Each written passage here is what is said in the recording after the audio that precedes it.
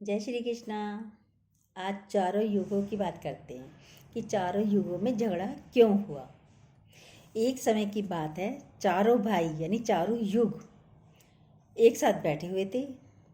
आपस में सब अपने को बड़ा ही कह रहे थे। सतयुग, त्रेता युग, द्वापर युग और कलयुग आपस में झगड़ने लगे। मैं सबसे बड़ा, मैं सबसे बड़ा, सब अपने आप को बड़ा कह रहे थे। अब सतयुग बोला, अरे तुम सब मुझसे छोटे हो, मैं सबसे बड़ा हूँ और मेरी बराबरी क्यों कर रहे हो भाई तुम। त्रेता युग बोला, तुम सबसे बड़े कैसे हो सकते हो, सबसे बड़ा तो मैं हूँ, मैं ही सर्वश्रेष्ठ हूँ। अब द्वापर युग भी बोला, तुम सर्वश्रेष्ठ कैसे हो सकते हो दोनों के दोनों, मैं सबसे बड़ा हूँ, मैं सर्वश्रेष्ठ हूँ। अब कलयुग कैसे चुप रहता। कलयुग भी बोला, वास्तविकता में तो मैं ही सर्वश्रेष्ठ हूँ और सबसे बड़ा मैं हूँ। अब चारों का में लड़ाई झगड़ा होने लगा। अब क्या करें भाई, चलो भगवान भोलेनाथ के पास चलते हैं, वो ही हमारी समस्या का समाधान जो है करेंगे। चारों के चारों फैसला करवाने के लिए कैलाश की ओर चल दिए। चारों युग जब कैलाश पर चले जाते हैं तो कैलाश पर पहुंचते हैं तो द्वारपाल उन्हें रोक लेता है और कहता है, तुम चारों कौन हो, यहाँ कैसे आए हो। चारों युग बोले, हे द्वारपाल, हमें भगवान शंकर से मिलना है, उन्हें हमारे आने की सूचना दे दो। बोले ठीक है। अब नंदी जो है भगवान शिव के पास आते हैं, कहने लगे, भगवान आपसे चारों युग मिलना चाहते हैं।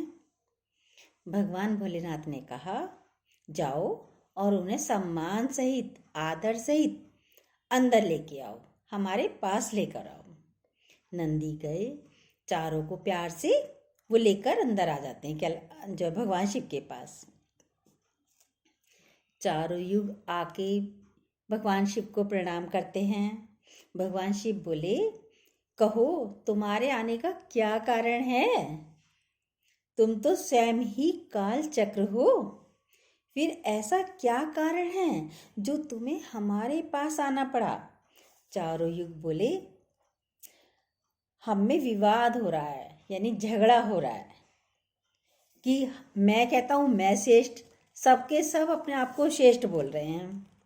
आप बताओ हम चारों में सबसे बड़ा कौन है, सर्वश्रेष्ठ कौन है। भगवान शिव बोले, इसका फैसला तो तब होगा जब चारों आप अपनी अपनी बातें मुझे सही से बताओगे, पूरी पूरी बात बताओगे। भोलेनाथ सतयुग से कहते हैं, तुम बताओ सतयुग, तुम कैसे बड़े हो और कैसे सर्वश्रेष्ठ हो। सतयुग बोला, देखो प्रभु, मेरी आयु सबसे ज्यादा है, मैं 17 लाख वर्ष का हूँ और अन्य युग मुझसे बहुत छोटे हैं। तभी कलयुग बोला, भगवान मैंने तो सुना है क्योंकि आयु से कोई बड़ा नहीं होता।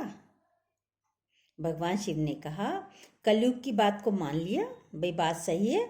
और सतयुग से कहा, सतयुग तुम इस तरह बड़े नहीं हो सकते। सतयुग बोला, मेरे युग में जो व्यक्ति हुए वह बहुत बलवान पराक्रमी हुए। मेरे राज्य में भगवान विष्णु ने कई अवतार लिए, नरसिंह अवतार, वराह अवतार, मत्स्य अवतार, तो कई अवतार लिए। त्रेता युग बोला, प्रभु मर्यादा पुरुषोत्तम राम ने तो मेरे काल में भी अवतार लिया है, कुंभकर्ण रावण जैसा योद्धा मेरे शासन काल में भी हुआ है। अब द्वापर युग कैसे चुप रहे।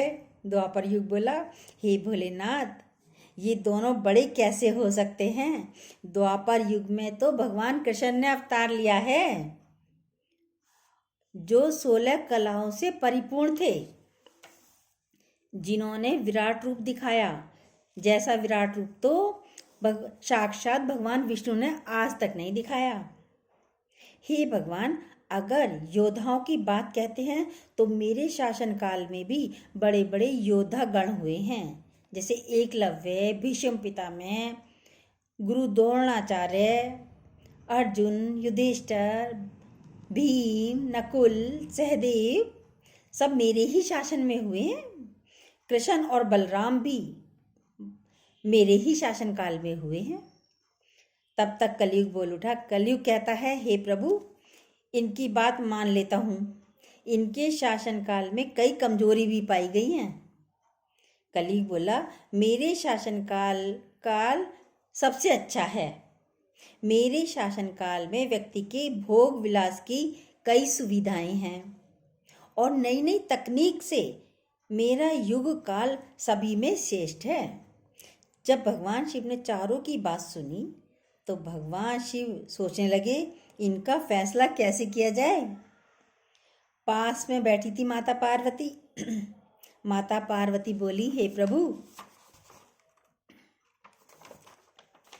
अगर आप ही इनका फैसला नहीं कर पाए तो इनका फैसला कौन करेगा। सभी देवता मिलकर बोले, हे भोलेनाथ, आप ही इनका फैसला करो। भगवान शिव बोले, चलो ठीक है, मैं तुम चारों की परीक्षा लूंगा, सतयुग की, त्रेता युग की, द्वापर युग की, कलयुग की। मैं चारों की परीक्षा लूंगा। बोले चारों ठीक है। अब भगवान भोलेनाथ ने क्या किया, 100 टन वजन की एक लोहे का परसा, यानी मतलब एक कढ़ाई टाइप कढ़ाई समझ लीजिए आप, लिया और कैलाश पर्वत के नीचे तलहटी में रख दिया। उसके पास ही चावल का ढेर लगा दिया। भगवान शिव ने चारों युगों को बुलाया और कहा, भगवान शिव सतयुग से कहते हैं, पहले सतयुग को बुलाया। सतयुग से कहते हैं, सतयुग, मेरे 500 गढ़ यहाँ बैठे हैं और तुम्हें इस परसे में रखे चावल को पकाना है और सबको परोसना है, सबको बैठा कर खिलाना है और इन चावलों को तुम्हारे युग का व्यक्ति ही बनाएगा। जितने गण हैं सब भोजन करेंगे। भगवान शिव ने कहा, हे सतयुग, तुम अपने युग के व्यक्ति को भोजन बनाने के लिए भेज दो। सतयुग ने एक बलवान व्यक्ति को बुलाया और कहा, जाओ बेटा, इस परसे में चावल बनाओ और भगवान शिव के गणों को भोजन कराओ। वह व्यक्ति परसे के पास आता है, देखता है परसे का भार बहुत था। उसने बहुत बड़ी भट्टी बनाई, परसा रख दिया उठाकर और चावल पकाने शुरू कर दिए और गणों को भी खिला दिया और अपने मालिक से, सतयुग से कहा, मैं जा रहा हूँ, मेरा कार्य हो गया। अब त्रेता युग से भगवान शिव ने कहा, तुम अपने युग के व्यक्ति को बुलाओ। उसने भी बुलाया बलवान व्यक्ति को, चावल बनवाए उसी तरीके से जैसे सतयुग ने बनवाए थे अपने व्यक्ति से। उसने भी चावल बनाए, सबको खिलाया, गणों को खिलाया और त्रेता युग वाले से भी कहा, मेरा कार्य हो गया, अब मैं जाता हूँ। वो बोले ठीक। इसी प्रकार द्वापर युग वाले व्यक्ति को भी कहा भगवान ने, भाई अब तुम अपने व्यक्ति को बुलाओ। उसने भी अपने व्यक्ति को, बलवान व्यक्ति को बुलाया, चावल बनाए, सब गणों को खिलाया। उसने भी कहा, मेरा कार्य हो गया है, अब मैं चलता हूँ। उनके शाबाश बेटा, चले गए। अब नंबर आया कलयुग का। भगवान शिव कहते हैं, अब कलयुग तुम्हारा नंबर है, परसे का वजन कम नहीं होगा लेकिन। बोले कोई बात नहीं भगवान, तुम मानने को तैयार नहीं थे कि नहीं कि तुम सबसे छोटे हो, पर तुम मानने के लिए तैयार नहीं हुए। तुम्हारे आदमी की आयु भी मात्र 100 वर्ष है, जबकि अन्य युगों की आयु बहुत अधिक है। सतयुग का मनुष्य की आयु 1 लाख वर्ष होती है। त्रेता युग के मनुष्य की आयु 10,000 वर्ष होती है। द्वापर युग में मनुष्य की आयु 1,000 वर्ष होती है। हे कलयुग, तुम्हारे शासनकाल में मनुष्य की आयु 100 वर्ष की है। कलयुग बोला, भगवान आप मुझे हताश मत करिए, मैं भी परीक्षा दूंगा। लेकिन भगवान शिव ने कहा, ठीक है। कलयुग बड़े बुद्धिमान व्यक्ति को बुलाया कलयुग ने भी और कहा, बेटे तुम ये जाओ चावल पकाओ। वह आया, 3 हाथ का आदमी था, छोटे से कद का। सतयुग में व्यक्तियों की लंबाई 21 हाथ होती थी, त्रेता युग के व्यक्तियों की लंबाई 14 हाथ होती थी और द्वापर युग में व्यक्तियों की लंबाई 7 हाथ होती थी। कलयुग में व्यक्तियों की लंबाई 3 हाथ होती है कलयुग के व्यक्ति ने परसे को हाथ नहीं लगाया क्योंकि वो बहुत छोटा है, उठा ही नहीं सकता, बल्कि उसके नीचे की मिट्टी खोदकर भट्टी की तरह बना लिया और लकड़ियां लाकर जला दी उसके नीचे। चावल पकाकर तैयार करके भगवान शिव के 4 गणों को बुलाया, क्योंकि वो इतने सारे गणों को कैसे भोजन कराता।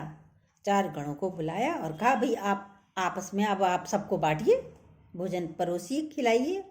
सबको खिलाया और बाद में उस बर्तन को भी साफ कर वह कलयुग के पास आया। महाराज, मेरा कार्य हो गया है। कलयुग बोला, शाबाश, आपने मेरी लाज रख ली। कलयुग बोला, बताओ भोलेनाथ, हम में बड़ा कौन है। भगवान शिव ने सोचकर बोला, जब सतयुग का व्यक्ति आया उसने अपनी ताकत लगाई थी, परसे को उठाकर अग्नि पर रखा, फिर सभी गणों को चावल परोसे थे, खुद नहीं परोसे थे। जब त्रेता युग का व्यक्ति ने भी ऐसा ही किया और द्वापर युग के व्यक्ति ने भी ऐसा ही किया, पर कलयुग के 3 हाथ के व्यक्ति ने परोसने के लिए 4 गण बुलवाए अपनी सहायता के लिए, और गणों से ही भोजन परोसवा दिया और स्वयं बैठ भी गया। यह तो बहुत बुद्धिमान है, बुद्धिमान युग का है। भगवान ने कहा, कलयुग बड़ी बड़ी मशीनों का युग होगा। भगवान भोलेनाथ बोल रहे हैं, अब ये कल युग जो है बड़ी बड़ी मशीनों का युग होगा। भगवान शिव कहते हैं, तुम भले ही धार्मिक हो, सतयुग द्वापर त्रेता युग से कहते हैं तुम भले ही धार्मिक हो, पर तुम्हारे युग के व्यक्तियों में बुद्धि का अभाव है, बुद्धि की कमी है। नहीं तो कुंभकर्ण, रावण, इनके जैसे महान योद्धा जिनको मारने के लिए स्वयं भगवान को ने अवतार लिया, इतने मूर्ख थे वे ये नहीं जान सके कि भगवान हैं, सृष्टि के रचयिता हैं भगवान श्री राम, और उनसे युद्ध किया और सभी के सभी मारे गए। कलयुग के व्यक्ति को देखो, वह कितना बुद्धिमान है। आगे आने वाले कलयुग राज में कई बुद्धिमान व्यक्ति देखने को मिलेंगे। तो भगवान शिव ने फैसला किया कि तुम चारों में सबसे बड़ा कलयुग ही है, सबसे श्रेष्ठ कलयुग है। कलयुग मशीनों का युग होगा। भगवान शिव की बातें मानकर सभी युग, चारों युग अपने अपने धामों को लौट गए। तो सर्वश्रेष्ठ है कलयुग। जय श्री कृष्ण।